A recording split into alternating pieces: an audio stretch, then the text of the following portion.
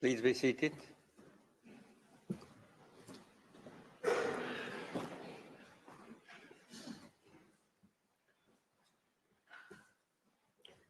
Good morning. The sitting is now open. The court meets this morning to hear the oral statements of the United States of America, the Russian Federation, France, Hungary, and Indonesia. Each of the delegation has 30 minutes at its disposal for its presentation. The court will observe a short coffee break after the presentation of France. I shall now give the floor to Mr. Josh Simmons, speaking on behalf of the United States of America. Sir, you have the floor.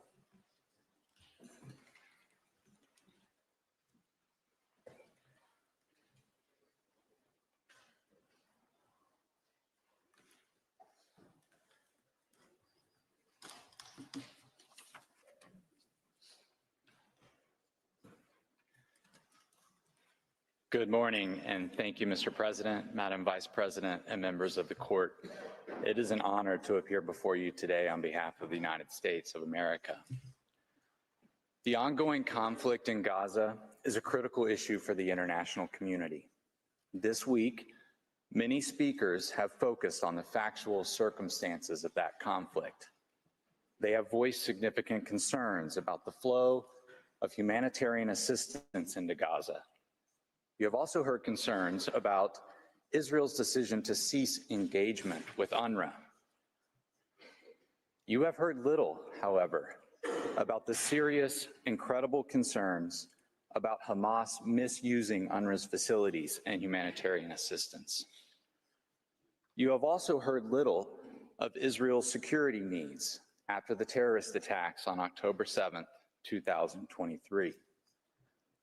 These security needs persist today. Many hostages, including Americans, are still being wrongfully held in horrendous conditions. These are grave circumstances, and they warrant careful attention. But the General Assembly's expedited request, and therefore this advisory proceeding, focuses solely on a request to identify legal obligations. It is not about adjudicating the facts or determining legal consequences. The United States submits that what is before the court is a legal question consisting of two narrow legal issues, and that the answers are clear under well-established rules of international law. These answers would apply regardless of the particular state under consideration. The first issue focuses on the obligations of an occupying power, and the second focuses on the obligations of a UN member state.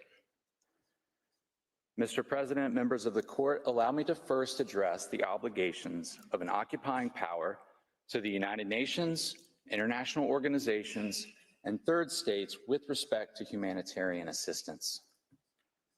International law does not impose any unqualified obligations on an occupying power regarding all these entities, much less any particular entity. The applicable international rules have been carefully developed through state consent to treaties and customary international law. As the court repeatedly recognized, international humanitarian law is the lex specialis governing the obligation of parties to armed conflict. Within that lex specialis, it is the law of occupation that establishes an occupying power's specific rights and obligations. Before diving into the particular obligations of any occupying power, we should step back to understand the context for why states have agreed to specific rights and duties in occupation law. As the court has previously observed, occupation is a question of fact, and occupation law describes the rights and responsibilities for administering control over occupied territory. An occupying power has obligations related to maintaining public order and safety and protecting the civilian population. It also has the right, while an occupier, to pursue its military objectives and govern enemy territory. In the law of occupation, therefore, military and humanitarian interest converge. This means that where specific provisions of that law call on an occupying power to provide the civilian population with relief, the occupying power does not lose its right to ensure its own security.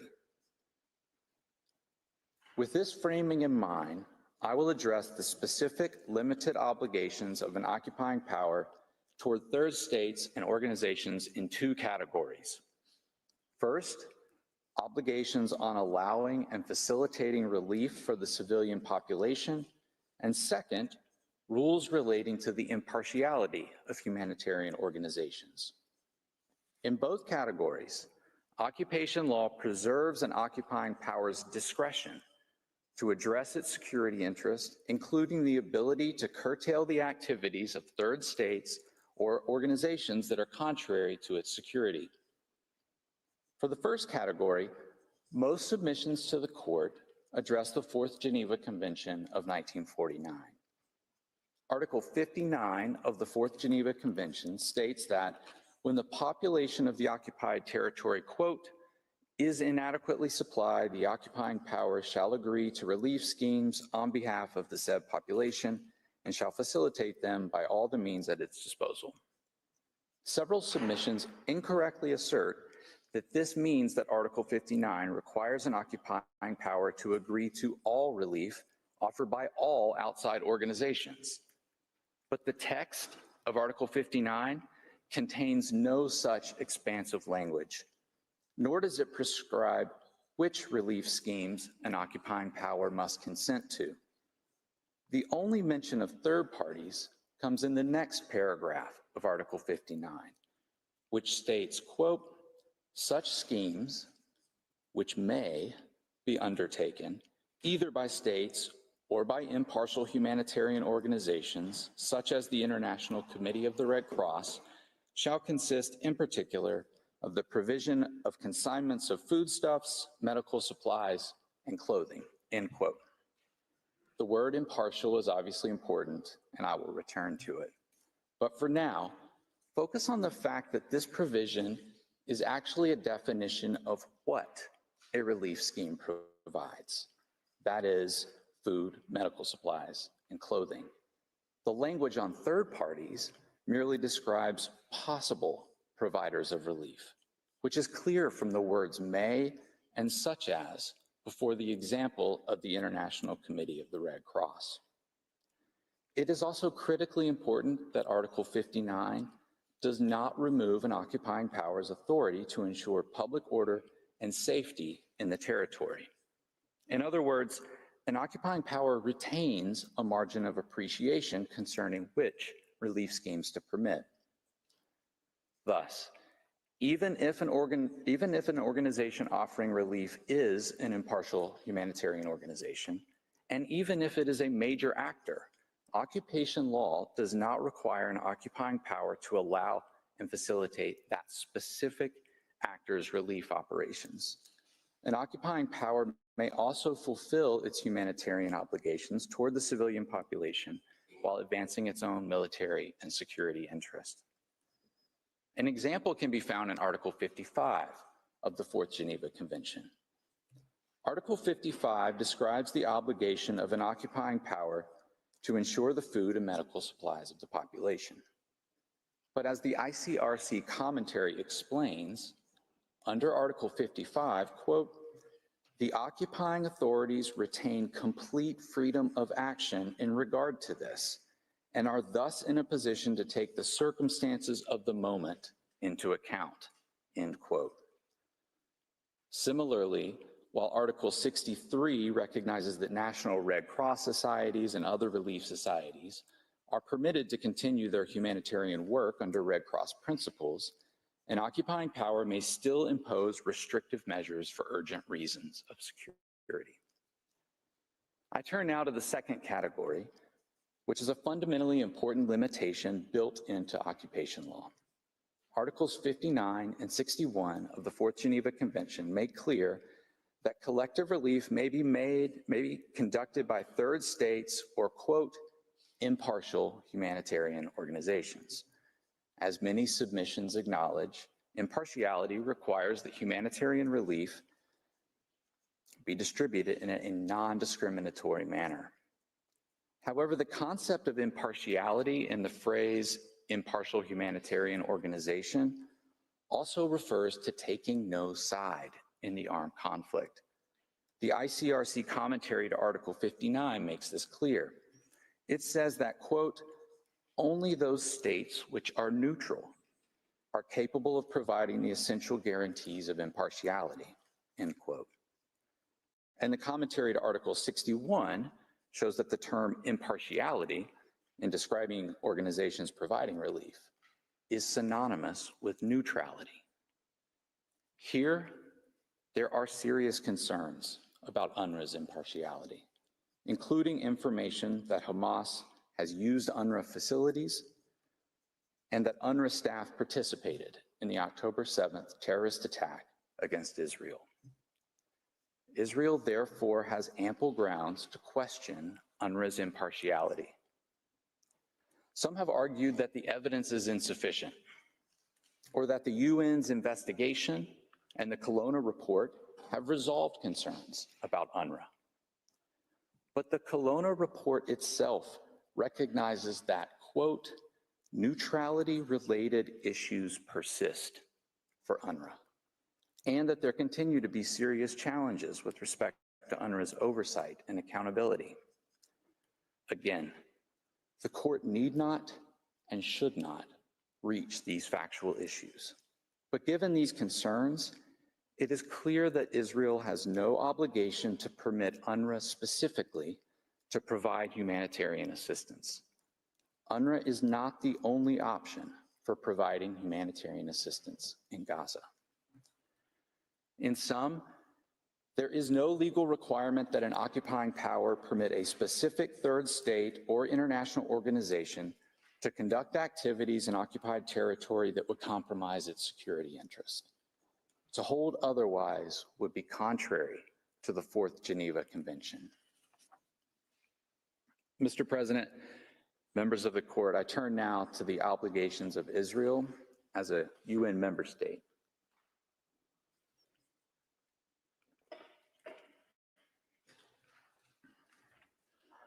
The Security Council and General Assembly have worked for decades toward an end to the conflict between Israel and the Palestinians. Throughout that long history, Israel has hosted and engaged with the UN, UN agencies, and UN representatives. Some participants have argued that this engagement has resulted in or arisen out of additional obligations on Israel solely by virtue of Israel's membership in the United Nations. Those arguments rest on mischaracterizations of the UN Charter. The General Assembly does not have the power to impose on Israel a perpetual obligation to cooperate with UNRWA. This is a fundamental principle that is distinct from any obligations Israel or any UN member state might have toward a UN entity that it agrees to host.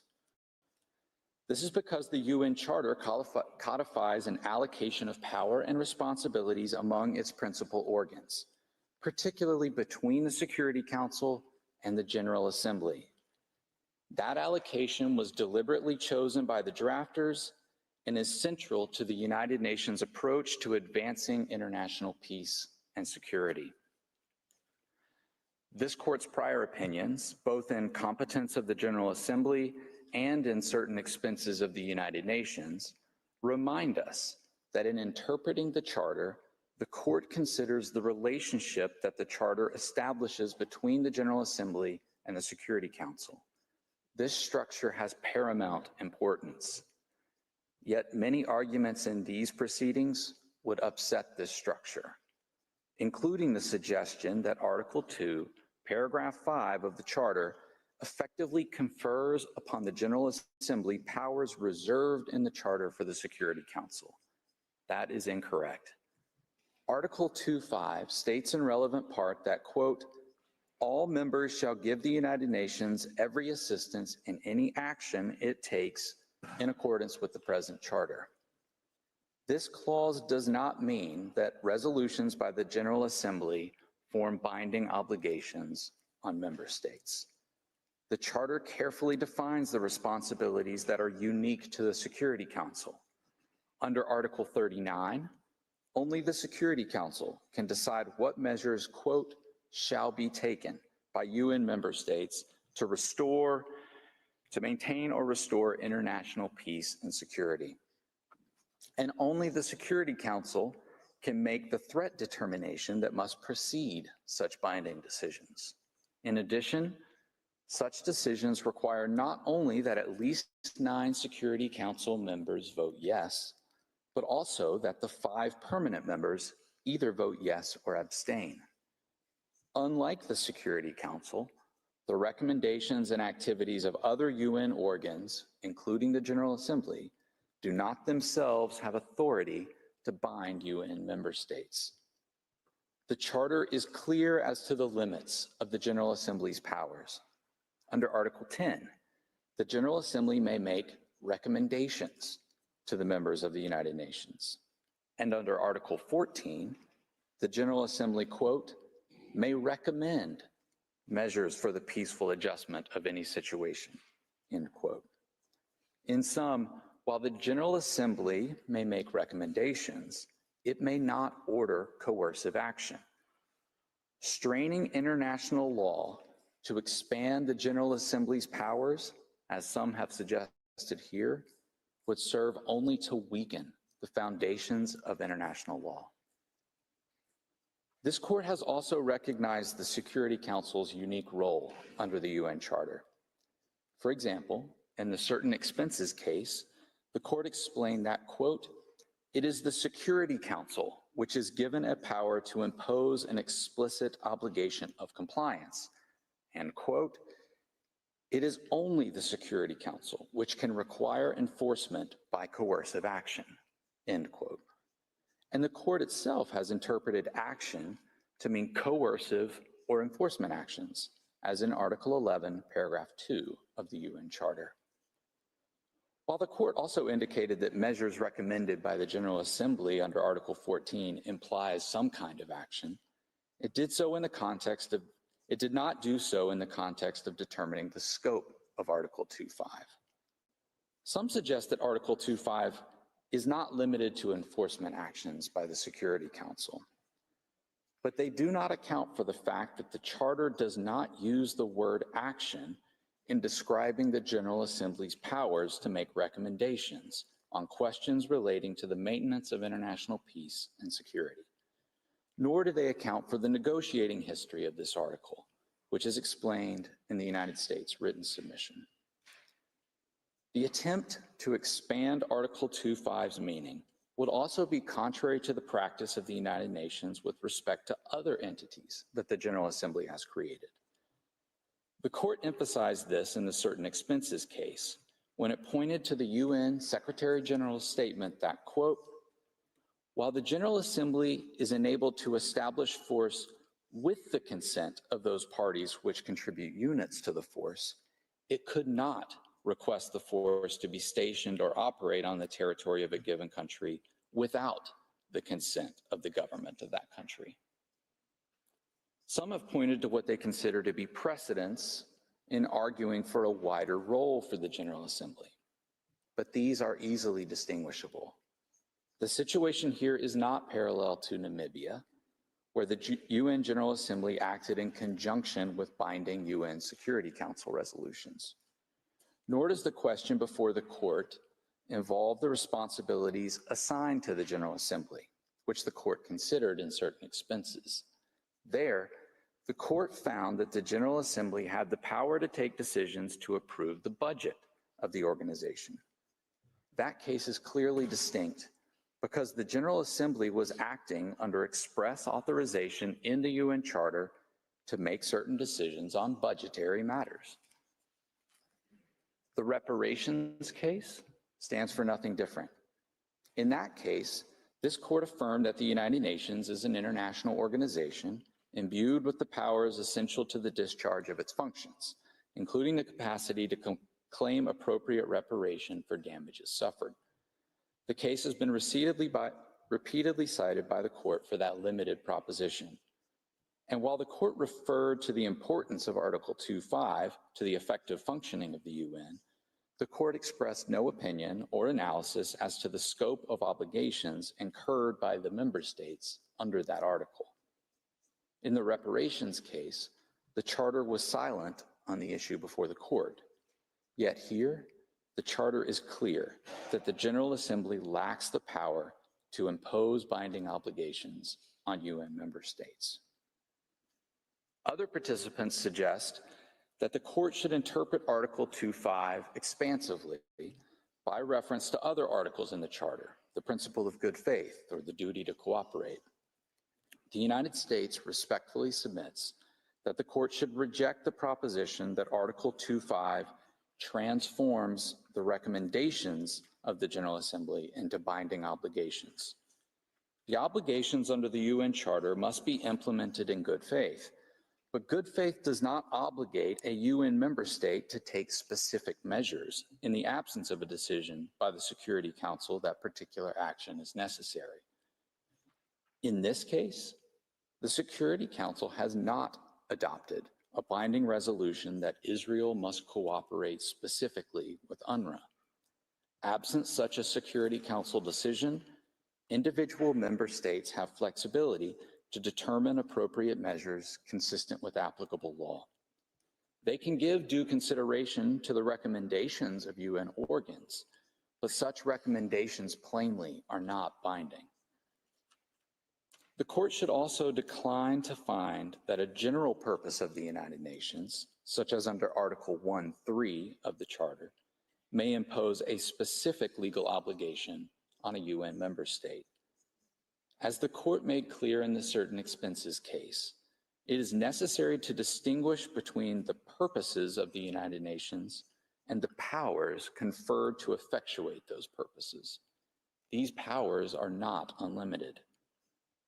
Nor should the court reinterpret Article 2.5 on the basis of Articles 55 or 56 of the Charter. Article 55 provides objectives for the United Nations to promote. Article 56 then provides for a generalized commitment to cooperate with the United Nations in pursuit of the objectives in Article 55. Neither of these articles compels, much less list, particular actions for the organization or its member states to undertake. These articles were not intended to infringe upon member states' authority to determine how to advance these objectives of the United Nations. Mr. President, members of the court, before I conclude, I would like to make three overarching observations about the question referred to the court in this advisory proceeding. First, it cannot escape notice that the request follows the regrettable precedent of seeking advice with respect to the obligations of only one of the parties to the underlying conflict. We are all well aware that less than a year ago, the court provided its advice on a broad set of questions focused one-sidedly on Israel and its activities. Second, the General Assembly has simply asked the court to identify the obligations of Israel. The narrow framing of the question is important because the court has related contentious proceedings before it, including with Israel as a party.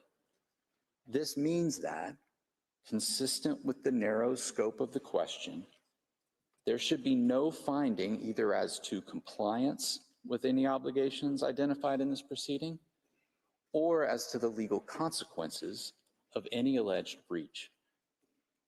Third, the question is limited to identifying those obligations in relation to the presence and activities of the United Nations, other international organizations, and third states. While there certainly are rules of international law relevant to the population of an occupied territory, those were addressed in the court's July 2024 opinion and do not need to be revisited. Similarly, the court has recently advised on the right to self-determination in this context. The question before it here does not require revisiting the analysis of that right. In concluding my remarks, let's return to the principles I began with. The question before the court in this proceeding is, by definition, a legal question.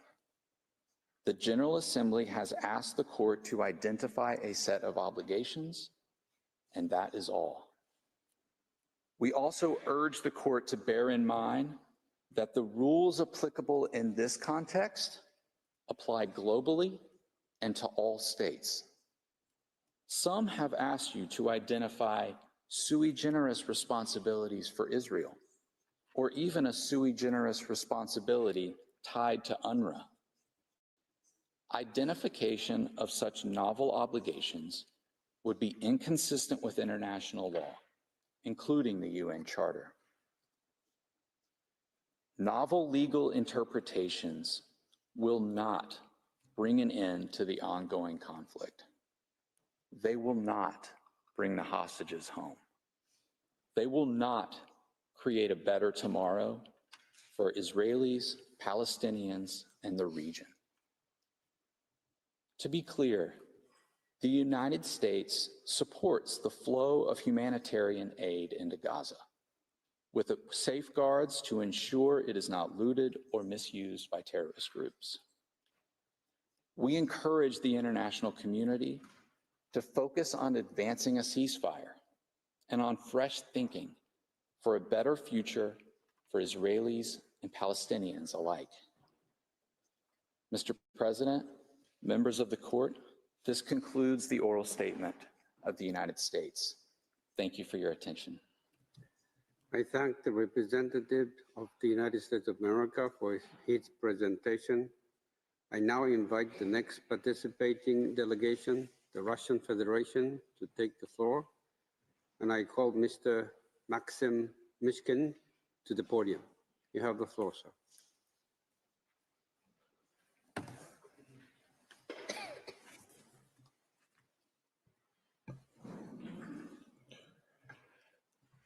Mr. President, Madam Vice President, members of the court, it is an honor to address the court, the principal judicial organ of the United Nations, on behalf of the Russian Federation. Today, we confront a crisis of legality and humanity in light of systematic undermining of the United Nations Relief and Works Agency for Palestine refugees by Israel and its negligence towards the overall obligations under international law, including those stemming from the status of Israel as an occupying power. The urgency of this matter cannot be overstated. Gaza balances on the brink of famine, hospitals lie in ruins, millions of Palestinians in the Strip, as well as in the West Bank, including East Jerusalem, face existential despair. Mr. President, the General Assembly's request for an advisory opinion, adopted by 137 states in Resolution 79/232, is based on Article 96 of the UN Charter and Article 65 of the ICJ statute. These articles provide for the advisory jurisdiction of the court. Some states, including Israel, in their written statements, have argued that this request is politically charged, concerns bilateral relations, and the subject of the ongoing proceedings between South Africa and Israel on application of the Genocide Convention. This is not the first time the court considers the relevant aspects of the conflict between Israel and Palestine. The court's 2004 Wall Advisory Opinion and 2024 opinion on the policies and practices of Israel in the occupied Palestinian territory, including East Jerusalem, established irrefutable precedents. In 2004, the court affirmed that Israel's construction of the wall violated international humanitarian law. In 2024, it reaffirmed Israel's status as an occupying power in the Palestinian territory. including the Gaza Strip. These opinions constitute a solid foundation for facilitating peace in the region and ensuring the rights of Palestinians to self-determination, as well as providing for legal qualification of Israeli actions. They also serve as a basis for the present request of the United Nations General Assembly. Today, we address a new dimension: Israel's October 2024 laws banning UNRWA's operations, which, in our view, directly contravene the norms of IHL, the UN Charter, and the 1946 Convention on the Privileges and Immunities of the United Nations. Under Article 30 of the latter, disputes over its interpretation must be referred to this court.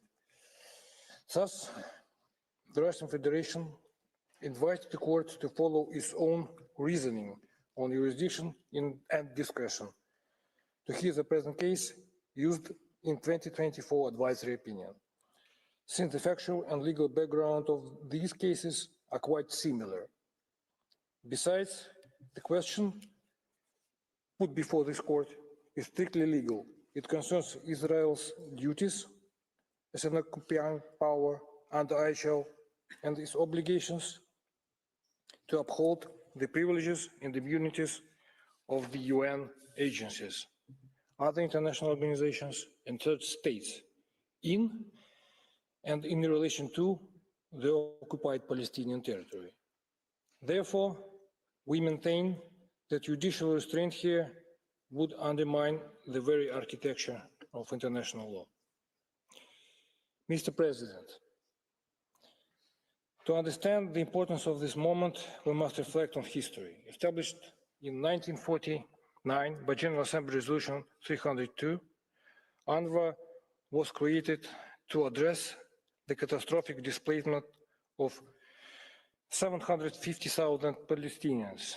Today, it serves 5.9 million Palestinian refugees across Gaza and West Bank, Jordan, Lebanon, and Syria.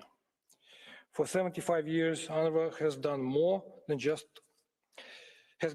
than just an aid agency. It is a symbol of international community's collective responsibility to the Palestinian people, striving for a state of their own, in exercise of their right to self-determination, in accordance with international law, and return. The role of UNRWA in facilitating the humanitarian aid is crucial, and its work is strongly supported by the vast majority of the international community. The agency's mandate, education, healthcare, and emergency relief is not mere charity. These spheres are legal obligations of the occupying power under IHL. When Israel occupied Gaza and the West Bank in 1967, it inherited the duty to ensure the welfare of the population on the occupied territory. Instead, this responsibility was outsourced to UNRWA and other UN agencies and programs, relying on the agency's schools, clinics, and distribution networks to mitigate the humanitarian impact of Israel's own policies. In Gaza, as mentioned in the United Nations Security Council press statement of the 30th October 2024, UNRWA remains the backbone of all humanitarian response, and no organization can replace or substitute UNRWA's capacity and mandate to serve Palestinian refugees and civilians in urgent need of life-saving humanitarian assistance. Now, with the resumption of Israel's military operation in Gaza, together with the imposition of a total blockade since the 2nd of March, the Strip has continued to endure devastating destruction and a humanitarian catastrophe of unprecedented scale. The West Bank, where Israel has launched its full-scale military operation on the 21st January, risks repeating terrible Gaza scenario. UNRWA's installations and personnel are under attack there too, as well as in East Jerusalem, where after the enactment of the Knesset bills, on the cessation of UNRWA's operations, all the offices, including the historic premises Sheikh Jarrah and Kalandia, operated since 1950, were arbitrarily closed.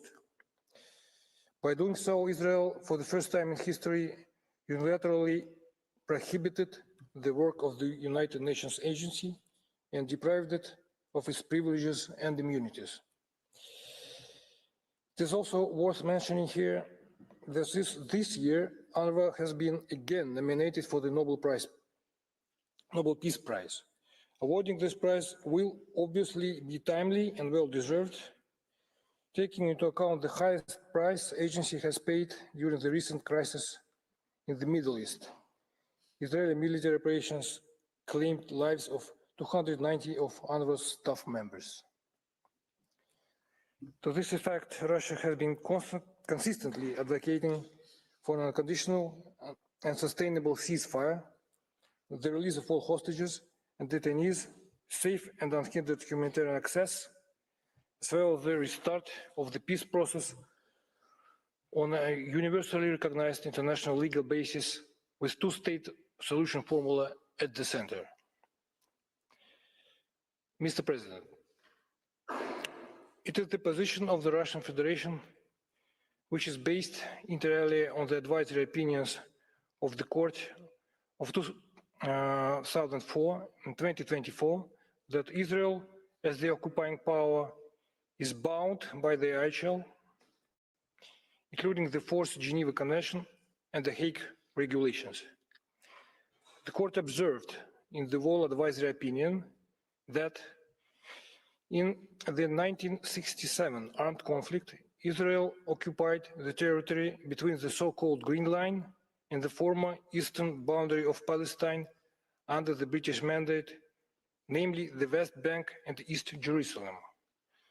The situation since then has not improved, but rather deteriorated. According to the 2024 advisory opinion, Israel's withdrawal from Gaza Strip has not entirely released it of its obligations under the law of occupation. Therefore, Israel, to this day, remains an occupying power in terms of ICJ, and its relevant rules and principles are fully applicable to Israel. We consider the following provisions of ICJ as especially pertinent to the case in hand. Under Article 43 of the Hague Regulations, and I quote, "The occupant shall take all the measures in his power to restore, to ensure as far as possible, public order and safety." End of quote.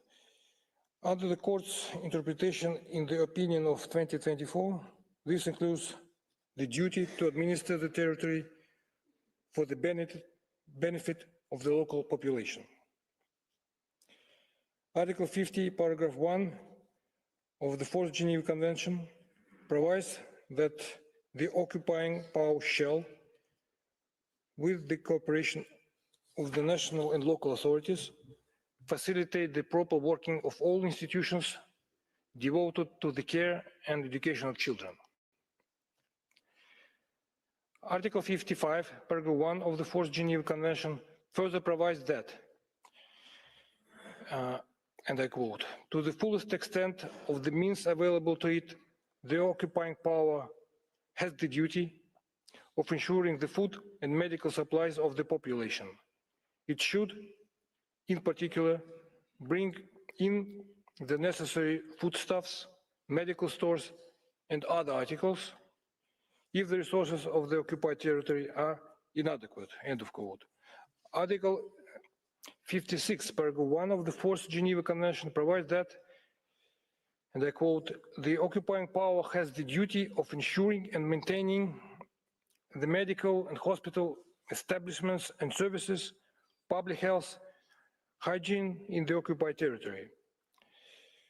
End of quote. Article 51 obliges Israel to facilitate humanitarian relief schemes by all the means at its disposal.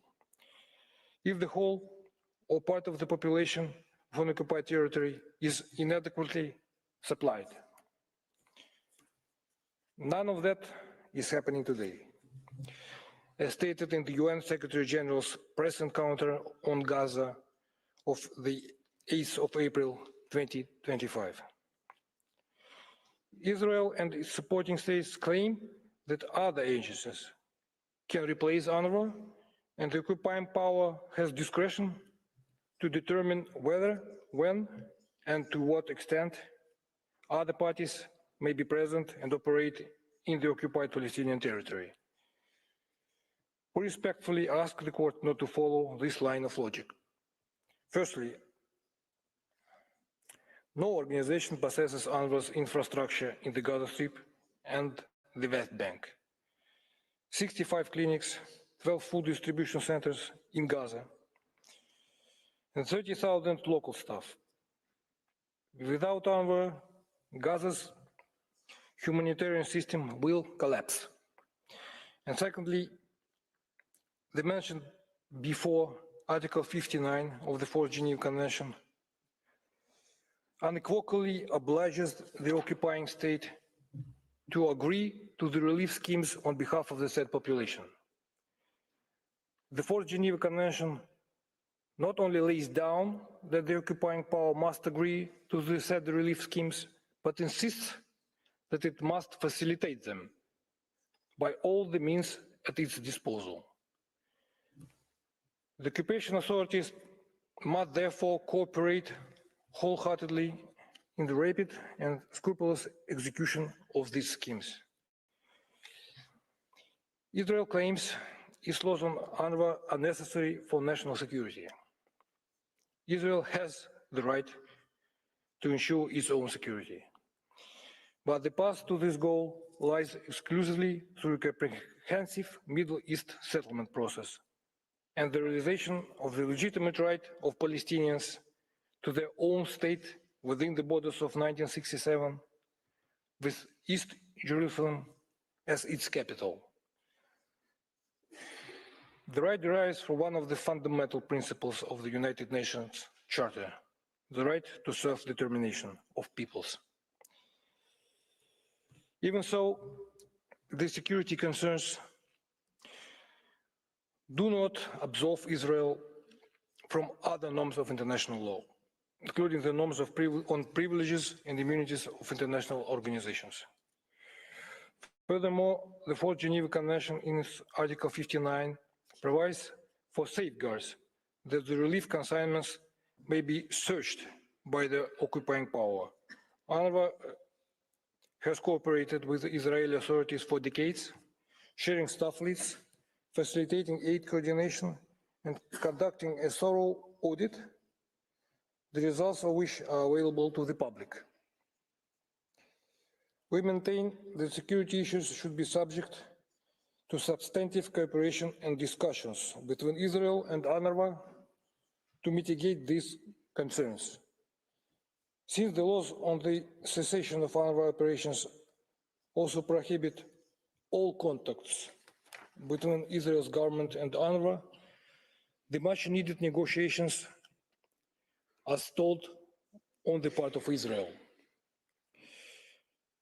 Given the crucial role UNRWA has played in over 75 years of its activities in the region on behalf of the Palestinians, the cessation of its operations will result in the catastrophic scarcity of supplies and assistance to population of the occupied Palestinian territory, including refugees in the neighboring countries, Jordan, Lebanon, and Syria. Israel's laws on the prohibition of the work of UNRWA will undoubtedly worsen the humanitarian situation in the occupied Palestinian territory and will make the population in the said territory inadequately supplied, the language used in Article 59 of the Fourth Geneva Convention. The role of the agency in providing complex assistance to the Palestinians is crucial to ensure their fundamental rights, including the cornerstone UN Charter right to self-determination within the two-state solution framework. Mr. President, turning to the issues of privileges and immunities, The Russian Federation submits that UNRWA's legal status is clear. As a subsidiary organ of the General Assembly under Article 22 of the UN Charter, with a clear humanitarian mandate, it is entitled to privileges and immunities under the 1946 Convention. Furthermore, according to Article 105 of the United Nations Charter, the organization shall enjoy in the territory of each of its members such privileges and immunities as are necessary for the fulfillment of its purposes. Israel's October 2024 laws revoking UNRWA's immunities, criminalizing its staff, and seizing its assets constitute a violation of this framework. In no way do the provisions of the UN Convention of 1946 allow the unilateral revocation of privileges and immunities. The privileges and immunities of the United Nations play an important role in ensuring the functioning of this organization. They are necessary to fulfill the basic functions of the United Nations, such as maintaining peace and security, promoting international cooperation, and protecting human rights. Privileges and immunities allow the United Nations to carry out its activities freely, without fear of persecution by states or individuals. This ensures the independence and impartiality of the organization in carrying out its tasks. Israel's legislation is not merely unlawful, it is an attack on the UN fundamental principles. If tolerated, it sets a very dangerous precedent for states to dismantle any UN agency they deem inconvenient. Within the broader context of Arab-Israeli conflict, it is necessary to highlight that other UN structures, UNFIL and UNDOF in Lebanon and Syria, have also been negatively affected and obstructed by Israeli invasions and continued unlawful military presence. In a more broad context, United Nations and missions of states to the UN were also impacted. There were numerous violations by Biden and Obama administrations of the agreement regarding the headquarters of the United Nations of 1977 and the UN Convention of 1946. Part of the official premises of the Russian mission in the United Nations in New York was blocked. Issuance of visas of the state representatives for meetings under the auspices of the United Nations and of the UN staff members of specific nationality was deliberately hindered. Movement restrictions were put into effect. Similar violations regarding issuance of visas are committed by France as the host country of UNESCO. The erosion of privileges and immunities strikes at the heart of multilateralism, undermining the UN's capacities. Mr. President, Madam Vice President, members of the court, this case transcends legal technicalities. UNRWA's collapse would not only doom millions of Palestinians, it would shatter the credibility of the UN system. Therefore, the Russian Federation respectfully submits the following. First, in our opinion, the court has jurisdiction to give the advisory opinion requested by the General Assembly. Second, we believe that there are no compelling reasons for the court to exercise its discretion not to consider the question posed by the General Assembly. Third, Israel, as the occupying power, has the obligation not to impede the Palestinian people from exercising its right to self-determination. Fourth, as the occupying power, Israel is obliged under ICJ to ensure and facilitate the unhindered provision of humanitarian aid and assistance to the Palestinian population. Fifth, Due to the unique role of UNRWA in the occupied Palestinian territory, Israeli laws on the prohibition of the agency's activities violate IHL norms and principles. Implementation of these laws will undoubtedly worsen the humanitarian situation for Palestinian population and significantly hinder the realization of the Palestinian people's right to self-determination. And sixth, by passing laws on UNRWA, Israel unilaterally deprives UNRWA of its privileges and immunities, which is a violation of the United Nations Charter and the Convention on Privileges and Immunities of the United Nations of 1946. Mr. President, Madam Vice President, members of the court, let this court's opinion be a beacon of hope, a reaffirmation that international law and not the so-called rules-based order governs actions of states and international organizations. Thank you for your attention. I thank the representative of the Russian Federation for his presentation.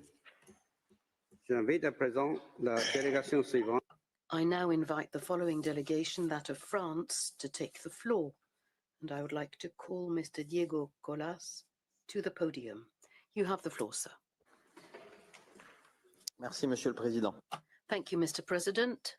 Mr. President, France would like, first of all, to congratulate you on your election to the presidency of this court. Mr. President, members of the court, my presence before you forms part of the continuing efforts made by my country in order to put an end to the dire humanitarian situation in the Gaza Strip and more generally throughout the occupied Palestinian territory. France deplores the considerable difficulties in accessing reliable information owing to the serious attacks against an increasing number of journalists. That being so, the information which reaches from Gaza is alarming. On the 24th of April, according to the figures of the Gaza Health Ministry, the human toll of the war amounted to over 51,300 deaths and 117,000 wounded. We must also mention the total interruption of humanitarian aid since the 2nd of March, the depletion of essential items, including food stocks, as well as the violent military operations carried out, many of which affect civilians and humanitarian workers. With regard to humanitarian workers, 418 of them have been killed since October 2023, including 290 personnel from the UN Relief and Works Agency for the Palestinian Refugees in the Near East, UNRWA, or the agency. In response to this situation that France will never cease to condemn, our position will remain firm and unwavering. Humanitarian aid must reach Gaza at scale. Restrictions to its access must be lifted without delay. All the crossing points must be open, and the work of humanitarian organizations must be facilitated and their personnel protected in compliance with international law. It is against this backdrop of emergency that the present proceeding take place, and which will enable the court to clarify Israel's obligations in relation to the humanitarian presence and activities in the occupied Palestinian territory, and in relation to it in support of the right of the Palestinian people to self-determination. The question put to the court calls for 4 introductory remarks. First of all, it deals with Israel's obligations. It will therefore fall to the court to precisely identify these obligations and the conditions of their observance. The question does not explicitly mention, as was the case for other requests for opinion, the legal consequences of a given behavior. However, the General Assembly, which requested the opinion and states, will have to draw all the relevant consequences from it. Secondly, the question put refers to the activities of other international organizations. given the essential role of non-governmental organizations such as Médecins du Monde or Action contre la faim in the occupied Palestinian territory. France considers that their activities must also be taken into account in the present proceeding. However, in the time allocated and in view of the factual circumstances which gave rise to the sitting of the court, my statement will chiefly deal with the presence and activities of UNRWA. Thirdly, because of the expression in relation to, the territorial scope of the question is not limited to the occupied Palestinian territory alone. This wording indeed invites the court to examine the international obligations that Israel must honor on its own territory insofar as their fulfillment is likely to have consequences throughout the occupied Palestinian territory. Finally, France has constantly recalled the importance of complying with the right to self-determination of the Palestinian people. The only chance for it to be exercised, according to France, is a two-state solution, the only solution capable of guaranteeing peace and security in the long term for Israelis and Palestinians. As my country has already underlined, supplying humanitarian aid and development aid will allow for the necessary conditions for the Palestinian people in the long run to be able to exercise its right to self-determination. This aid, therefore, is part and parcel of the exercise of the right for Palestinians for their self-determination. Mr. President, members of the court, in light of these introductory remarks, my argument will successively describe Israel's obligations, which stem from its quality as a member state of the United Nations, and then those stemming from its quality of occupying power in the occupied Palestinian territory. It is important to underline that these obligations are not mutually exclusive. On the contrary, they are simultaneously applicable and complement each other. With regard to the obligations arising from United Nations law, I will begin by addressing the general obligations of Israel in relation to the presence and activities of UNRWA in the occupied Palestinian territory and in relation to it, and then more specifically, the privileges, immunities and facilities owed to the agency as a UN organization. First of all, it should be recalled that, as for any subsidiary body of the General Assembly of the United Nations, the presence and activities of UNRWA on a given territory are subject to the consent of the parties concerned. Israel and UNRWA have concluded several agreements, including an agreement concerning assistance to Palestinian refugees, which entered into force on the 14th of June 1967, which I will hereafter call the 1967 agreement. This agreement governs the activities of UNRWA in the occupied Palestinian territory, but also activities in relation to it. Some of its provisions indeed refer to the entry of vehicles and personnel of the agency into Israel. The Palestinian Authority has also reached a number of agreements with UNRWA, including an agreement relating to the location of its headquarters in the West Bank and in the Gaza Strip, signed in Ramallah on the 5th of July, 1996. On the 28th of October 2024, Knesset adopted two laws aiming at prohibiting the activities of the agency in Israel and through a questionable extension of its domestic law throughout the occupied Palestinian territory. This legislation, amongst others, has given rise to a notification addressed to UNRWA on the 3rd of November 2024, in which Israel deems it has terminated the 1967 agreement. In France's view, the general principle of the consent of the parties concerned by UNRWA's activities must apply in combination with Israel's other international obligations in the occupied Palestinian territory on the one hand and on its own territory on the other hand. I'll deal with both of these aspects successively because the combination is not identical in both situations. First of all, in the occupied Palestinian territory. As a member of the United Nations, Israel's margin of appreciation in banning UNRWA's activities are, first of all, qualified by its general obligation to cooperate in good faith with the UN. This obligation in particular stems from Article 2, Paragraph 5 of the Charter, which provides that the members shall give the United Nations every assistance in any action it takes in accordance with the present Charter. As underlined in the chapeau, the implementation of this provision is a prerequisite for the achievement of the aims of the United Nations laid down in Article 1 of the Charter.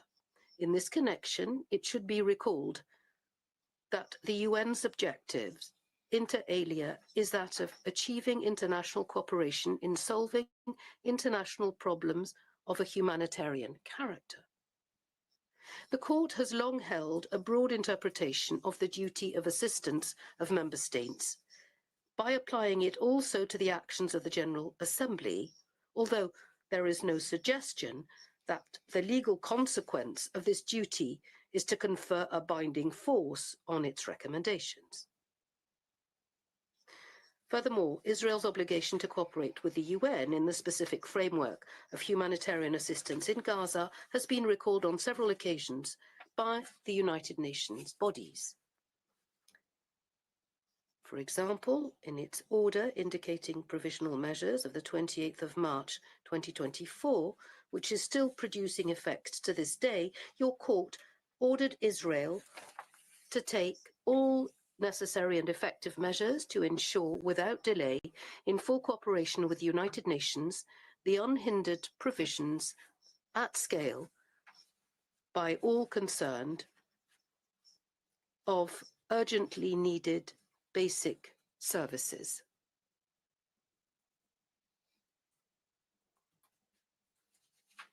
Israel, therefore, is under an obligation to provide full assistance to the action of the agency in the occupied Palestinian territory, which implies, as a minimum, the obligation not to impede its activities.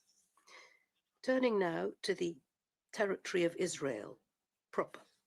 The obligations of Israel vis-à-vis UNRWA in the occupied Palestinian territory must be distinguished from those concerning the presence of the agency on the Israeli territory as such. In its advisory opinion relating to the headquarters of the WHO in Egypt, the court has recognized the sovereign power of decision of a state when it comes to the presence of a UN agency on its territory. The withdrawal of consent of a state to this presence stems from the same sovereign power of decision. Having said this, this power is governed by the obligations owed to the UN by a member state in the case of a denunciation of the agreement relating to the presence of a UN agency on its territory. These obligations have been described in detail by the court in its aforementioned opinion. And this opinion is may very well be transposed to the instant case, in part because the 1976 agreement says nothing of the modalities for denouncing it. Pursuant to these obligations, Israel and UNRWA must first of all negotiate in good faith the conditions for transferring the agency's activities outside the Israeli territory. Israel must also allow the agency a reasonable notice period to prepare for its departure, and finally grant it and grant its personnel the privileges, immunities and facilities necessary for a smooth transitional period.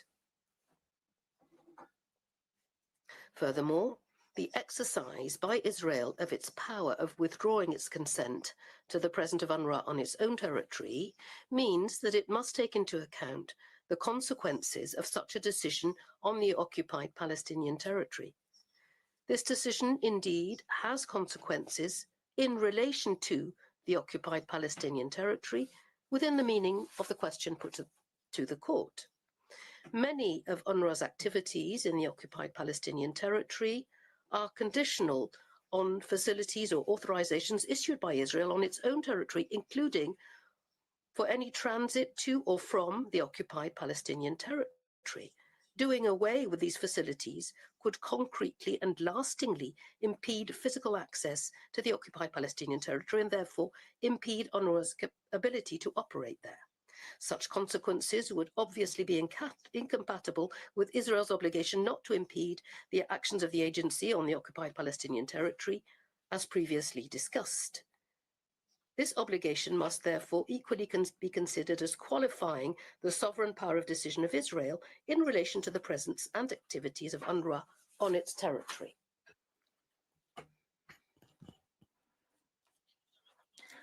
I would now like to turn to the obligation to respect the privileges and immunities and the facilities of UNRWA. Article 105 of the UN Charter and the Convention on the Privileges and Immunities of the United Nations, which I will call General Convention, specifies the privileges, immunities, and facilities that Israel must afford to the United Nations and its staff.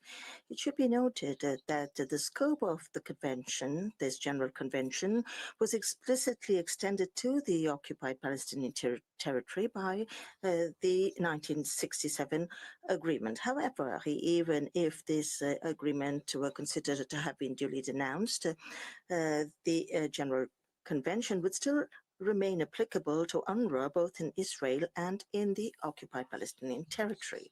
Indeed, if Article 105 of the Charter refers to the territory of each of its members, the provisions of the General Convention, commonly regarded as an amplification of Article 105, are drafted in particularly open terms. They refer, for example, to UN property and assets wherever located and by whomsoever held. This is in Section 3. The object and purpose of the General Convention is to protect the assets of and the agents of UN with a view to enabling them to exercise their missions for which these members have been mandated. Therefore, it would be indeed paradoxical and even contrary to the object and the purpose of the Convention to deprive the organization of any form of protection on the grounds that it is acting in occupied territory, whereas it is a territory over which it has a particular responsibility itself. Consequently, Israel is obliged to apply the General Convention in the territory that it occupies, even in the absence of a special agreement to that effect. I will now address successively Israel's obligations under international humanitarian law and then under international human rights law. As far as international humanitarian law is concerned, France underscores to begin with that Israel, just like other states, has the obligation to respect and ensure respect of the Geneva Conventions under all circumstances.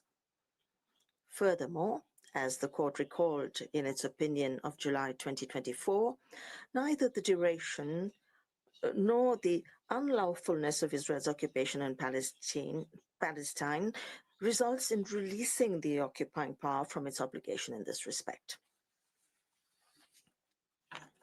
So in this context, I will limit my comments to detailing two obligations. The first of these obligations is to ensure and to facilitate unhindered supply of basic necessities that are essential to the survival of the civilian population. This obligation originates in Article 59 of the Fourth Geneva Convention, to which Israel is a party, and which applies to the whole of the occupied Palestinian territory, including Gaza, as your court recalled in its opinion last July. The question of the application of this provision arises with extreme gravity at the very moment when the current hearings are taking place. In Gaza, the entry of trucks delivering humanitarian assistance has been totally suspended since the 2nd of March. International organizations that are still present are warning us about the depletion of food stocks and multiple shortages of medicine. It should be noted that even in the West Bank, the increasing number of controls is hampering the intervention of human organizations on a daily basis. Article 59 imposes on the occupying power two obligations that it cannot be released from if it is established that all or part of the population of the occupied territory is inadequately supplied. In this case, the occupying power must, on the one hand, accept humanitarian assistance, because this is a performance obligation. Therefore, the occupying power must not refuse any humanitarian assistance. On the other hand, the occupying power shall facilitate the relief schemes by all the means at its disposal. And by virtue of this obligation of conduct, the occupying power must, in good faith, use all means available to facilitate the delivery of aid that it has accepted. Article 59 is worded in such a way that it covers both collective relief provided by states and the aid provided by impartial humanitarian organizations. However, it does not provide any restrictive list of relevant organizations in this context. In principle, an occupying power therefore has a margin of discretion in the choice of organizations capable of providing the necessary aid. In practice, however, the occupying power is obliged to take into account the specific circumstances of the territories that it occupies in order to authorize and to facilitate the activities of adequate humanitarian organizations. That is to say, those that are genuinely capable of providing sufficient aid to supply the local population. Finally, it should be emphasized that Article 59 contains a safeguard clause allowing notably the occupying power to search the consignments and to regulate their passage according to prescribed times and routes. While controls may be justified under this clause, France would like to recall that they cannot lead to preventing humanitarian assistance because that would render Article 59 devoid of substance. In the present case, it should be borne in mind that UNRWA is indeed the main provider of humanitarian assistance and essential services in the occupied Palestinian territory. Furthermore, France notes that to benefit from these provisions, UNRWA must be an impartial body within the meaning of Article 59. And in this context, France has noted the conclusions of the Colonna report on UNRWA's adherence to the principle of neutrality. It stresses that the agency is committed to implementing and continuing to apply a zero-tolerance policy in this regard. These circumstances, coupled with the catastrophic current situation, reduces significantly Israel's margins of discretion in executing its obligation under Article 59. Indeed, in the absence of other actors with sufficient capacity to provide adequate supplies effectively to the population, Israel is obliged, as occupying power, as long as the situation persists, to authorize and facilitate UNRWA's relief schemes in the occupied Palestinian territory. Israel's second obligation as an occupying power is to protect humanitarian workers. Indeed, for humanitarian aid to be effectively delivered to civilians, the safety of staff working for the organizations providing that aid must be ensured on the ground. And parties to the conflict must conduct hostilities with this protection in mind. In this respect, the obligation to protect humanitarian workers can be considered as a corollary of the right of the civilian population to be rescued. Under customary international law, the rule according to which humanitarian relief personnel must be respected and protected is also regularly recalled by the Security Council. This reminder seems all the more necessary given that, according to the UN Office for the Coordination of Humanitarian Affairs, on the 22nd of April 2025, at least 418 humanitarian workers have been killed in the Gaza Strip since the outbreak of the war in October 2023.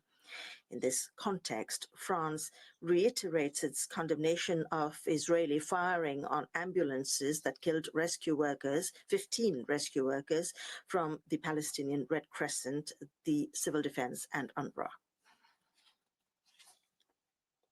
in Gaza on 23rd of March 2025. I would now like to turn to Israel's obligation to respect international human rights law in the occupied Palestinian territory. As the court has had the occasion to indicate, Israel's obligations derive, among others, from the two covenants of 1966, as well as from the UN Convention on the Rights of the Child. Moreover, the court has already recalled that the protection offered by human rights conventions does not cease in case of armed conflict or of occupation.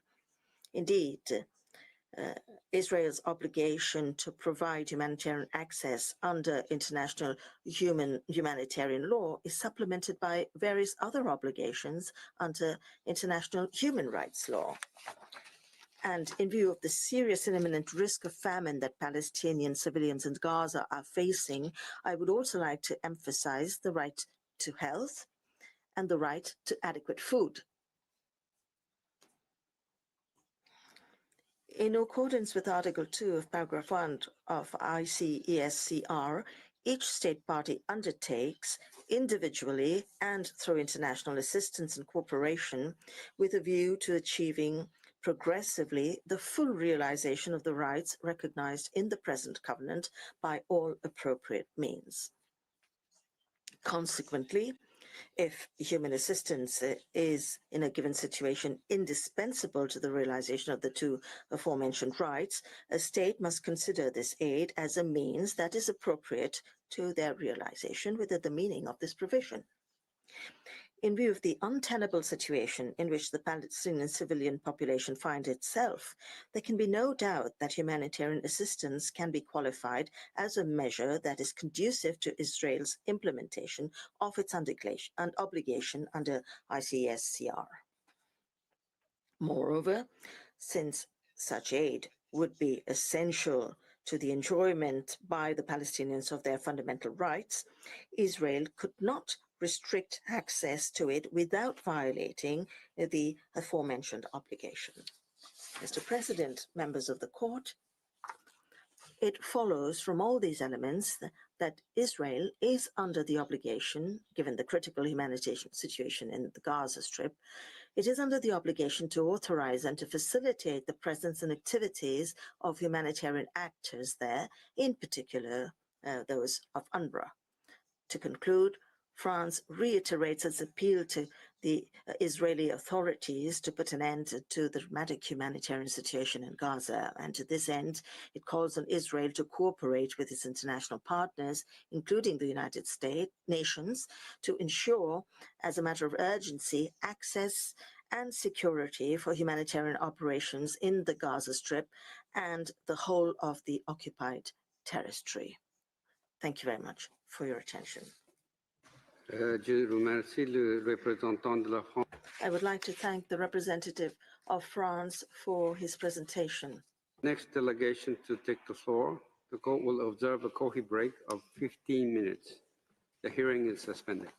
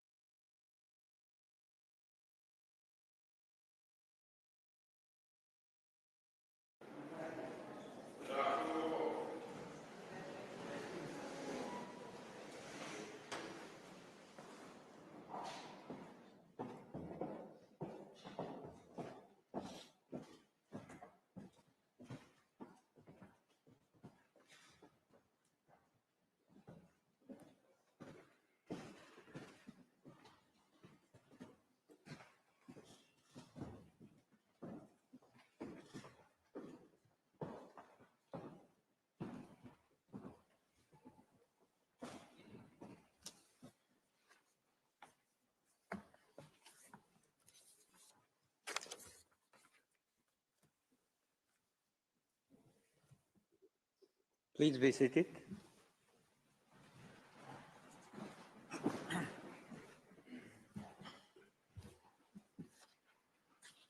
The sitting is resumed. I'll now invite the next participating delegation, Hungary, to address the court. And I give the floor to Ambassador Ilgu Kutis.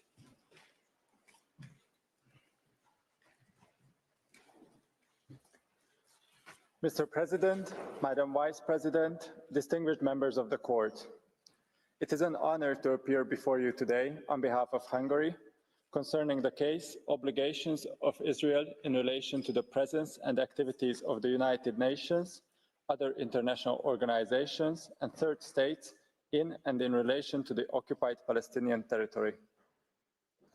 Allow us to take this opportunity to express Hungary's commitment to the principal judicial forum of the United Nations that plays a fundamental role in the field of international law.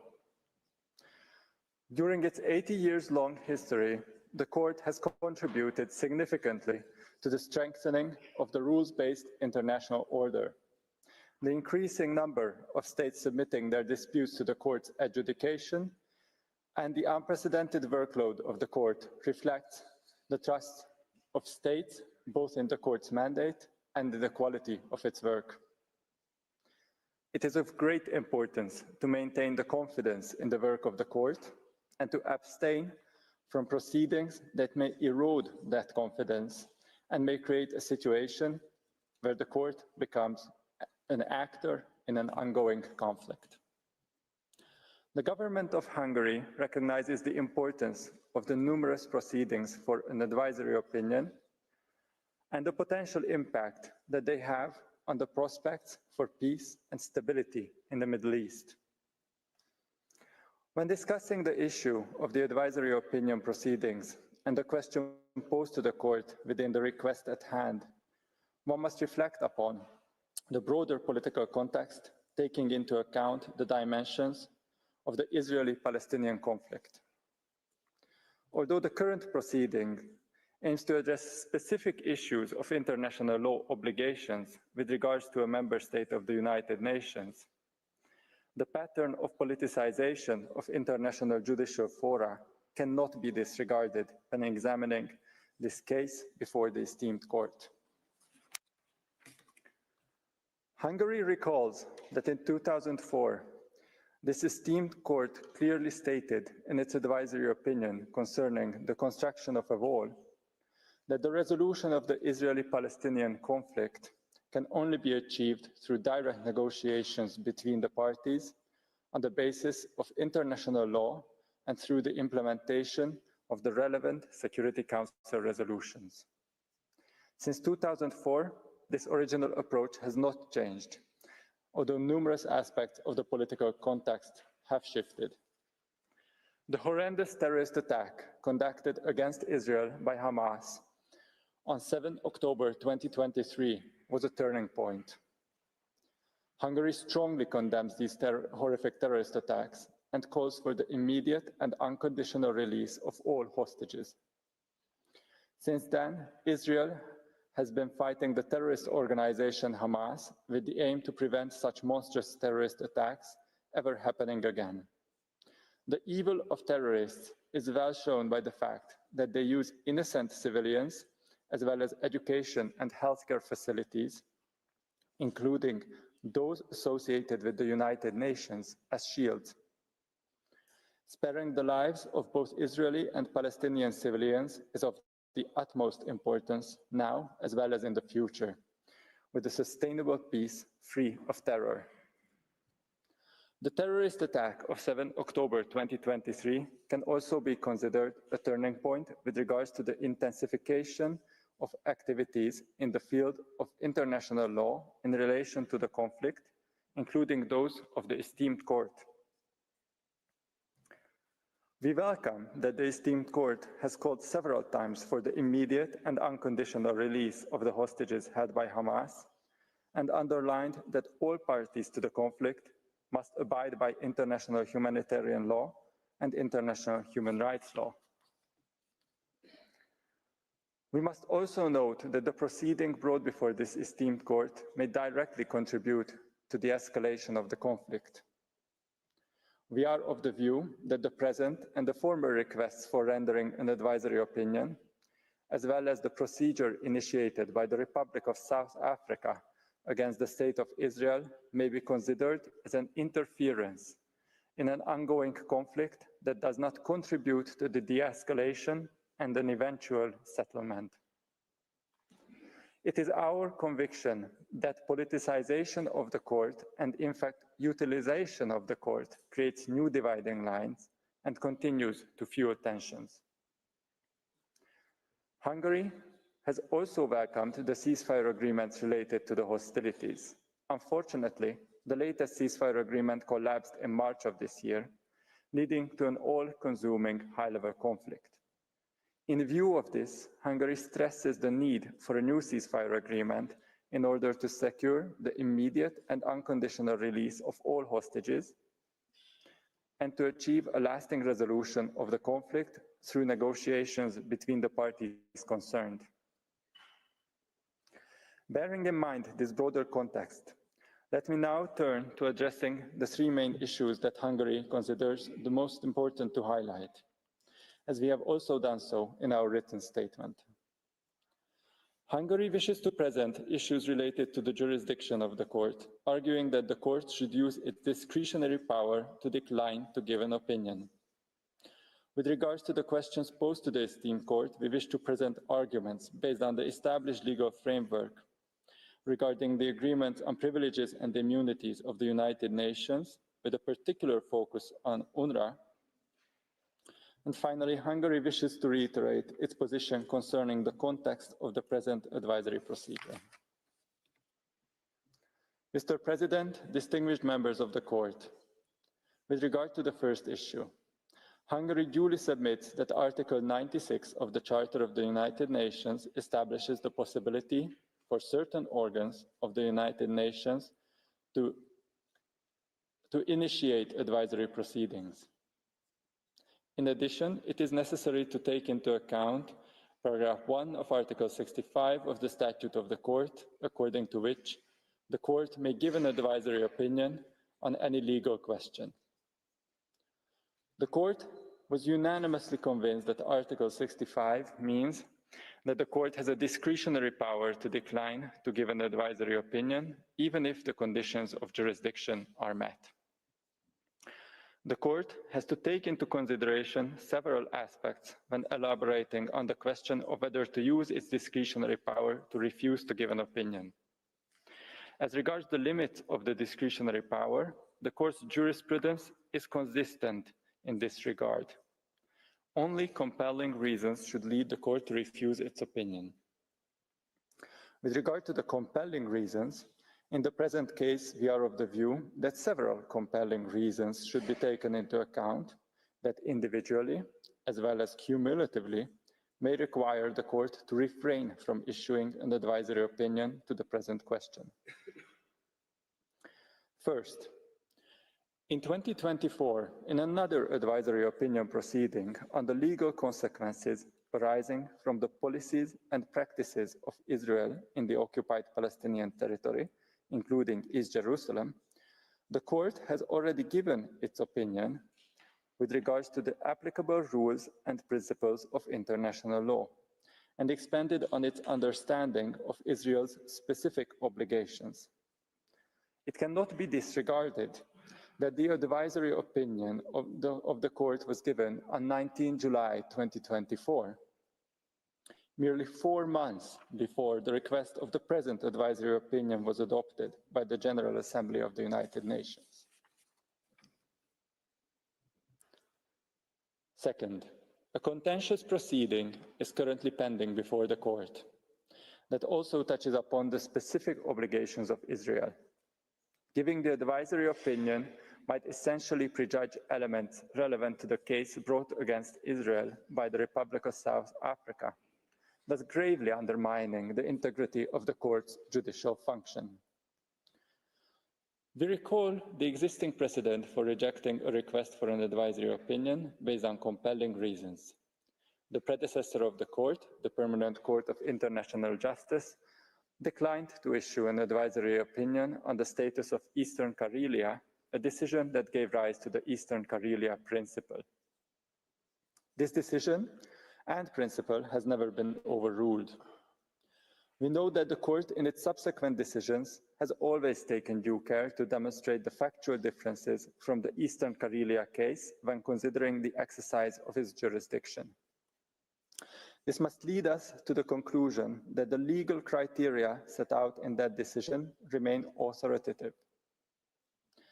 In the decision not to render an advisory opinion, it was stated, the question put to the PCIJ was directly related to the main point of the dispute actually pending between two states, so that answering the question would be substantially equivalent to deciding the dispute between the parties. The situation in the present case is strikingly similar, as an advisory opinion rendered will unquestionably influence and thus might potentially prejudge determinations to be made in the parallel contentious proceeding. Third, the question submitted to the court has been formulated in a manner that is blatantly prejudicial and one-sided. The question posed by the request is indeed so targeted at Israel that it proceeds on the assumption that Israel has failed to meet its obligations under international law. Without any regard to Israel's legitimate security interests and concerns, or to the obligations of the United Nations and third parties in relation to the very subject matter of the question. Replying to the question would inherently entail an affirmation of the statement in the request. Last but not least, we emphasize that the request would require the court to undertake significant factual investigations and make concrete findings on disputed and dynamic matters, which cannot properly be pursued in the framework of advisory proceedings. However, the advisory proceedings of the court are inherently ill-suited for the fact-specific analysis. Disregarding such analysis may further hinder the legitimacy of the court. Thus, the limitations of advisory proceedings should be duly taken into account by the court when deciding to exercise its jurisdiction. Therefore, we reaffirm that an advisory opinion in the present case would be contrary to the common interpretation of compelling reasons and therefore could have a negative impact on the perceived legitimacy of the court. Mr. President, distinguished members of the court, without prejudice to our firm position that the court should decline to give the advisory opinion, we now turn to the second major issue, the legal framework of the United Nations presence in member states and specificities of UNRWA. Members of the United Nations have assumed voluntarily obligations to enable the UN, its specialized agencies, funds, and subsidiary bodies to fulfill its principal purpose as enshrined in the Charter of the United Nations, namely the maintenance of international peace and security and the peaceful settlement of disputes. The obligations enabling the fulfillment of these peaceful purposes are, as such, neither absolute nor unqualified. The obligations that members of the UN have taken upon themselves are in the Charter of the United Nations, as well as the 1946 Convention on Privileges and Immunities of the United Nations.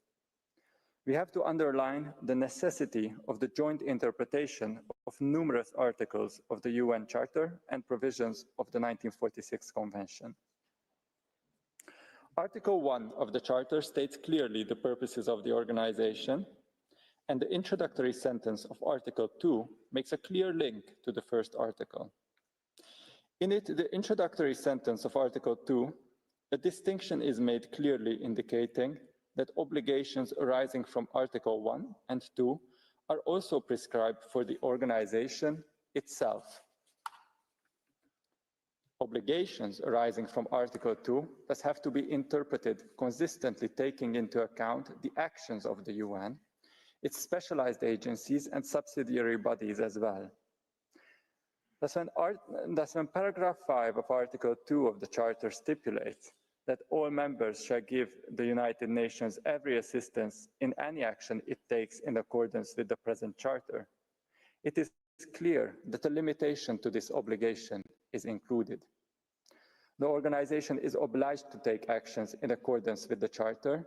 Thus, if actions of the organization were to be found contrary to the Charter, the member in question cannot be expected to give the assistance required by the said article. Article 105 of the Charter provides that the organization shall enjoy in the territory of each of its members such privileges and immunities as are necessary for the fulfillment of its purposes. This provision is also clearly linked to Article 1 and 2 of the Charter that contain that the fulfillment of the purposes of the organization must be in accordance with the Charter. Article 105 also sets a clear limitation in terms of the extent of the privileges and immunities, making it clear that there is a functional approach to be applied. The obligation of impartiality in the execution of the functions of the organization can be derived from Articles 100 and 101 of the Charter. This obligation is further codified in the staff regulations and rules of the United Nations, including in its core values.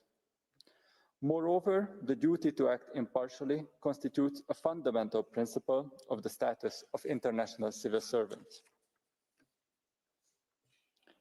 It must be noted that the 1946 Convention has a specific functional approach as laid down in the preamble of Articles 4 and 5 of the Convention. As is customary in international law, privileges and immunities are intended to enable the efficient functioning of actors of international law, in this case the United Nations. The joint interpretation of articles of the Charter, the 1946 Convention, and the staff regulations and staff rules, including provisional staff rules of the United Nations, is necessary. It can thus be concluded that obligations exist not only for the member states, but the organization as well. The UN shall act in accordance with the purposes of the Charter, and this creates a limitation to the privileges and immunities provided to the organization in carrying out its functions. As Resolution 79/232 is specifically focused on UNRWA, observations must be made with regards to this subsidiary body established by the UN General Assembly. Resolution 302 of 1949 did not specifically outline UNRWA's privileges and immunities. It simply called on states to grant the same privileges and immunities as for its predecessor. This clearly means that in order to be able to implement the requirements of the Charter and the 1946 Convention, additional agreements with the host states needed to be concluded. This has in fact become the practice concerning other host states of UNRWA. With regards to Israel, an exchange of letters was conducted on 14 June 1967 between Israel and UNRWA, the so-called Comey-Mission-Moore Agreement. The exchange of letters specifically states that the Israel government will facilitate the task of UNRWA to the best of its ability, subject only to regulations or arrangements which may be necessitated by considerations of military security. Thus, taking into account the legitimate security concerns of Israel, the exchange of letters also makes specific reference to the 1946 Convention. UNRWA's failure to maintain neutrality and the involvement of UNRWA staff members in acts of terror undermine its status as a legitimate aid organization. UNRWA's tie to terrorism have become an established fact, particularly following the revelations regarding the involvement of UNRWA employees in the 7 October 2023 attacks. Following allegations that at least 19 UNRWA employees participated in the attacks, The United Nations itself also responded, thus acknowledging the necessity to react to the presented evidence of this involvement. The involvement of UNRWA staff members in acts of terror constitutes a serious breach of the principle of impartiality and the lack of acting in accordance with the principles enshrined in the UN Charter. Furthermore, it is a well-established international norm reflected in multiple conventions and UN resolutions, such as Resolution 1373 of 2001, that organizations are prohibited from providing assistance to terrorist organizations. These facts constitute a ground for the abrogation from the Comey-Mission-Moore Agreement and justify the limitations to the privileges and immunities granted to UNRWA as a subsidiary body of the UN General Assembly. Mr. President, distinguished members of the Court, without prejudice to our firm position that the Court should decline to give the advisory opinion, I now turn to our third and final quarrel. Further elaborating on the introductory remarks, we would like to refer to the broader context in which the request for the advisory opinion was made.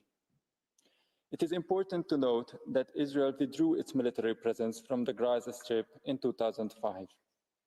It is the terrorist organization Hamas, which violently took power in 2007, that has been governing the territory, including by way of control over the local economy, policing and internal security, welfare services, tax collection, education, and the media.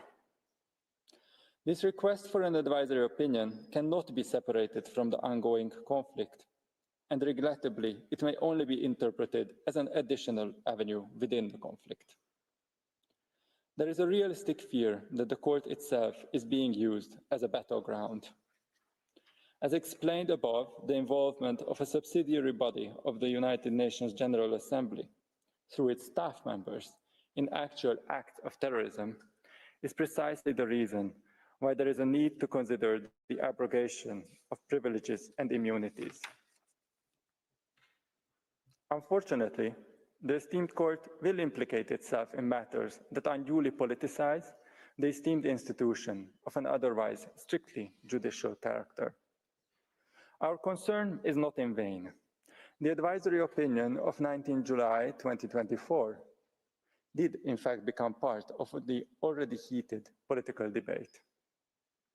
We firmly believe that the peace and long-term solution of the Israeli-Palestinian conflict can only be achieved through enabling meaningful dialogue between the parties concerned. The proceedings before the Court, due to their highly politicized and divisive nature, further escalate the tensions between the parties. In conclusion, Hungary has in the present statement put forward 4 compelling reasons why the Court should not render the advisory opinion, which has been requested of it.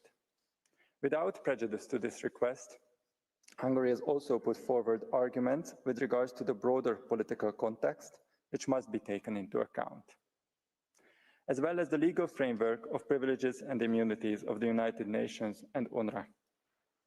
Therefore, Hungary respectfully requests the Court to decline providing an advisory opinion. Mr. President, members of the Court, this concludes my presentation today. I thank you for your kind attention. I thank the representative of Hungary for his presentation. I now invite the delegation of Indonesia to address the Court, and I call upon His Excellency, Minister of Foreign Affairs, Sugiono, to take the floor.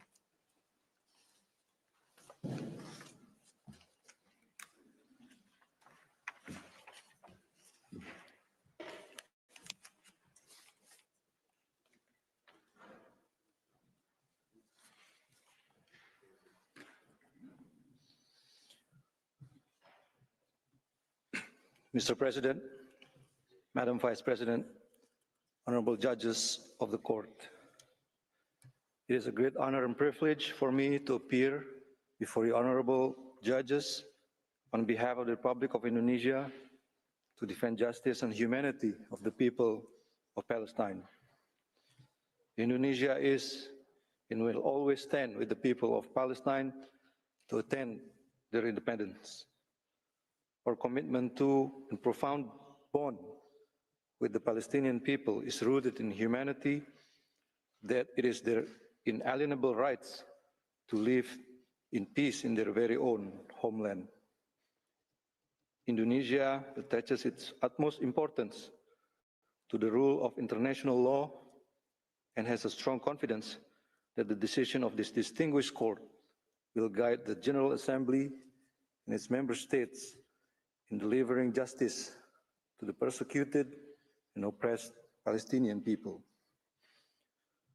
Let me stress that while many countries, including Indonesia, clearly express that no country should be above the law, Israel have consistently imposed its nefarious policies and measures in the occupied Palestine territory in utter disrespect to the international law. Israel's continuing unlawful presence in the occupied Palestinian territory and its coercive environment created had made it impossible for the Palestinian people to exercise its basic rights as a nation, the right to self-determination. Against this backdrop, Indonesia assumes its moral duty to furnish information on the issues brought by the General Assembly to this court. I will firstly address the issue of jurisdiction, followed by the merit of the case on Israel's obligations as a UN member and as the occupying power. Honorable judges, on the jurisdiction, Indonesia asserts that this court has jurisdiction to provide its opinion requested by the General Assembly under Article 96, Paragraph 1 of the UN Charter and Article 65 of the court statute, and that there are no grounds for declining to do so. The question raised to this court is a legal question and within the scope of activities of the General Assembly. And this is consistent with the opinion of the court, such as in the Chagos advisory opinion, which stated that the request for an advisory opinion from the Assembly seeking to examine a situation by referencing to international law is a legal question.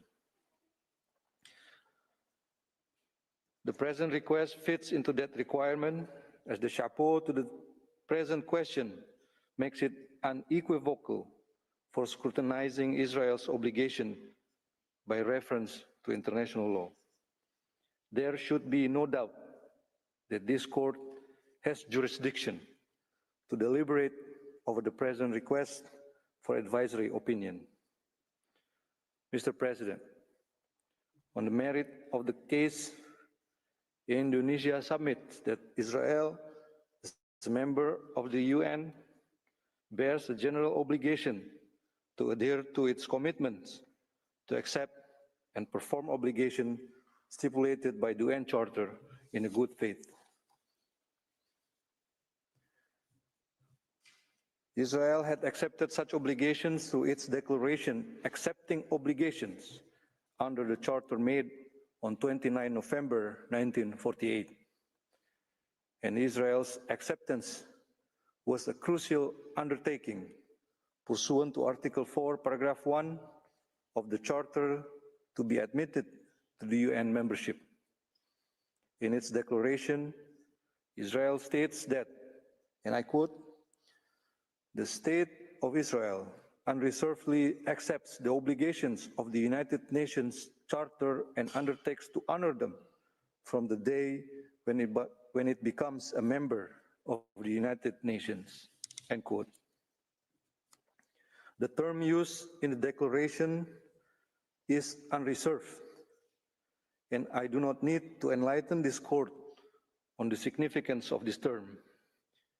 Referring to this court's opinion on the reparation for injuries, Israel's acceptance of the obligation of the Charter must be strictly observed. In this regard, Israel's ongoing violation of and its failure to fulfill its obligation under international laws have raised the question of its suitability to be called a peace-loving state, which is a prerequisite of the UN membership as prescribed in Article 4, Paragraph 1 of the Charter. I shall explain further that Israel's general obligations under the Charter encompasses obligations to respect the presence of the UN, to facilitate and give every assistance to the UN, as well as to carry out the decisions of the UN Security Council, the judgments and the decisions of this court. By virtue of Security Council's resolutions, Israel also owes those obligations toward other international organizations and third states. Honorable judges, I shall emphasize that Israel is under the obligation to respect the presence of the UN, including UNRWA as the UN body responsible for discharging UN's humanitarian assistance. This obligation is provided for in Article 105 of the UN Charter and have been further elaborated in the 2 UN conventions on the privileges and immunities of the UN, both of which Israel is a state party.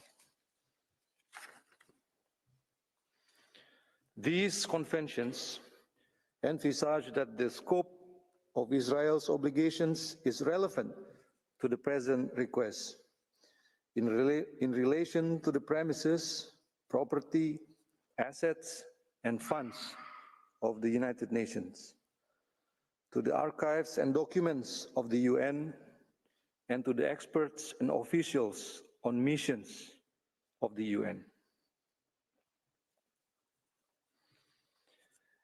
As this court noted in its advisory opinion regarding reparation of injuries, these privileges and immunities are essential for ensuring the fulfillment of the UN's functions independently and effectively. This is particularly relevant in the present context where the UN has to properly discharge its humanitarian functions in the occupied Palestinian territory. Having said the above, I wish to submit that Israel's conduct, including its enactment of laws targeting the UNRWA's operation, contradicts Israel's obligations to respect the presence of the UN.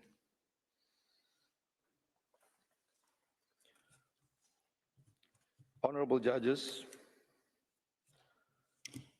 on the obligation of Israel to facilitate and provide every assistance to the UN, as well as other international organizations and third states, I wish to point out several obligations that were imposed to Israel by this court in its various order of provisional measures in the case of South Africa versus Israel.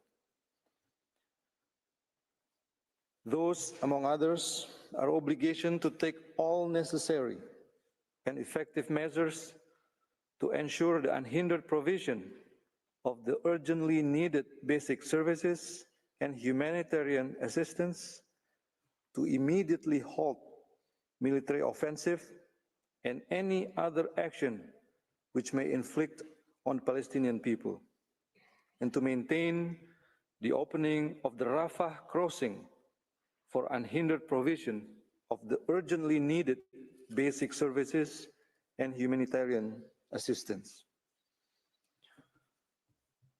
As the matter of law, those obligations imposed by the court have a binding effect upon Israel by virtue of Article 94, Paragraph 1 of the UN Charter. This binding effect has also been affirmed by this court in its 2001 judgment of the Lagrange case. I wish to stress that as a failure to perform the above-mentioned obligations would result in the suffering of innocent civilians, particularly the vulnerable groups such as the elderly, women and children, and Israel's non-fulfillment of those obligations constitutes a violation of human rights obligations. Article 4 of the International Covenant on Civil and Political Rights, or ICCPR, establishes that human rights protection does not stop during armed conflict. And as this court determined in its 2004 Wall Advisory Opinion, both international humanitarian law and international human rights law are applicable in times of armed conflict. Having pointed out all the above, Indonesia emphasizes that the issue we deliberated is not a matter of political exigency, nor it merely a moral inquiry, but one that is grounded in international law, upon which Israel is legally bound to discharge its obligations in good faith and without reservation. Honorable judges, I would like now to move to Indonesia's submission regarding Israel's obligation as an occupying power. Israel's status as an occupying power in the Palestinian territory, including Gaza, is a matter beyond dispute. It has been affirmed by this court and by countless resolutions of the UN Security Council and the UN General Assembly. This determination has also been made by the court's previous advisory opinion of 9 July 2004 and 19 July 2024. As an occupying power, Israel's legal obligations extend beyond the general duties owed by all states under international law. The Fourth Geneva Convention governs the protection of civilians during times of armed conflict and occupation, and it places specific duties on Israel with respect to the humanitarian needs of the Palestinian population in the OPT. The language of this convention is clear, that Israel is bound to uphold at all times and under all circumstances those obligations.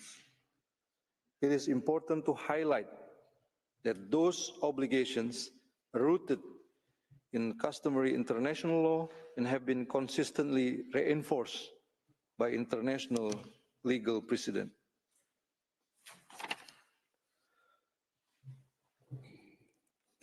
With regard to this Fourth Geneva Convention, Indonesia respectfully submits that Israel is duty-bound at least to first ensure the provision of basic supplies. Second, to accept and facilitate relief schemes. Third, maintain medical services and protect humanitarian personnel. Fourth, not conduct any forms of collective punishment. And fifth, not forcibly transfer and deport civilian population. I will address those obligations in turn. First, Indonesia submits that Israel is bound to comply with its obligations to ensure basic supplies as provided for under Articles 50 and 55 of the Fourth Geneva Convention. In particular, Israel must ensure that the civilian population in the OPT is provided with essential supplies, including food, medical care, and other necessary services. And this obligation goes further to underscore the positive duty to maintain special protections for vulnerable groups, including children under 15, expectant mothers, and mothers of young children. Israel cannot ignore these responsibilities as they are unequivocal and opposable to Israel as the occupying power. Failure to meet this obligation will have grave consequences for the civilian population and constitute a breach of Israel's duties under international law. Second, Israel is obliged to agree on relief schemes, especially to fulfill basic necessities as provided under Articles 38, 59, and 62 of the Fourth Geneva Convention. This obligation extends to Israel as the occupying power to cooperate with international humanitarian agencies to establish relief schemes for the provision of food, medical care, and other essential services. This obligation becomes even more crucial as the civilian population is inadequately supplied. The spirit of these provisions is clear. Humanitarian aid must be facilitated by the occupying power, not obstructed. It becomes evidently clear that Israel does not fulfill this obligation. Moreover, it played a pivotal part in the unfolding of the biggest humanitarian catastrophe of this decade, if not this century. The entire Palestinian territory has been living with persistently low living standards, being denied access to water, food, and energy. Third, the Geneva Conventions also impose strict obligations on Israel to protect medical facilities, healthcare personnel, and the provision of healthcare services under Articles 14, 17, 18, 20, 21, 30, 47, 53, 56, and 63 of the Fourth Geneva Convention. These include ensuring that hospitals are not attacked and that medical personnel can carry out their work without interference. These duties are not optional. At this juncture, Israel has clearly failed to respect those obligations. Indonesia wishes to highlight the fact that one of these failures was evident in the event of Israel's attack toward the Indonesian hospital in Gaza in 2023. This attack was perpetrated against one of the most critical health infrastructure in Gaza, despite the fact that there were patients being treated. Fourth, Israel is also duty-bound to not perpetrate collective punishment under Article 33 of the Fourth Geneva Convention. Collective punishment is prohibited, and any policy or practice that imposes collective punishment is a violation of these rules. Israel must therefore ensure that any measure taken in the OPT does not punish the civilian population collectively. The legal principle is clear. Individuals should not suffer for the actions of others. However, the reality speaks a horrible truth. The imposition of a total siege by Israel, cutting off electricity, water, food, and medicine, punishes the entire civilian population of Gaza for the actions of a few. Statements by high-ranking Israeli officials that assign collective guilt to an entire nation reinforce the conclusion that such measures are intended to punish civilians indiscriminately. This is not only illegal, but morally indefensible. Fifth, Article 49 of the Fourth Geneva Convention prohibits the transfer or deportation of civilians from the OPT. This provision is designed to protect the integrity of the Palestinian population and to ensure that they are not forcibly displaced from their homes. Any measures relating to evacuations may only occur for imperative military reasons, and even then must be temporary, non-destructive of the civilian population's rights. Israel must respect this obligation and refrain from engaging in any actions that would lead to the unlawful transfer of civilians from the occupied territory. Yet, what we have witnessed in Gaza is the de facto policy of permanent dispossession. Israel is deliberately conducting a policy of forced mass displacement, accompanied by destruction of civilian infrastructure. More than 66% of buildings in Gaza were destroyed, and the requirement to return displaced persons to their homes has been rendered meaningless.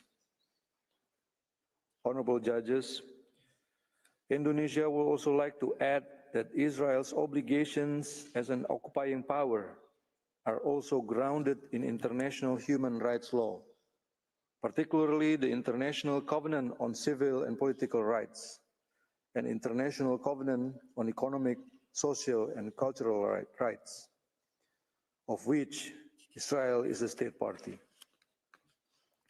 According to these international covenants, Israel is obliged, among others, to allow and facilitate relief schemes of the UN.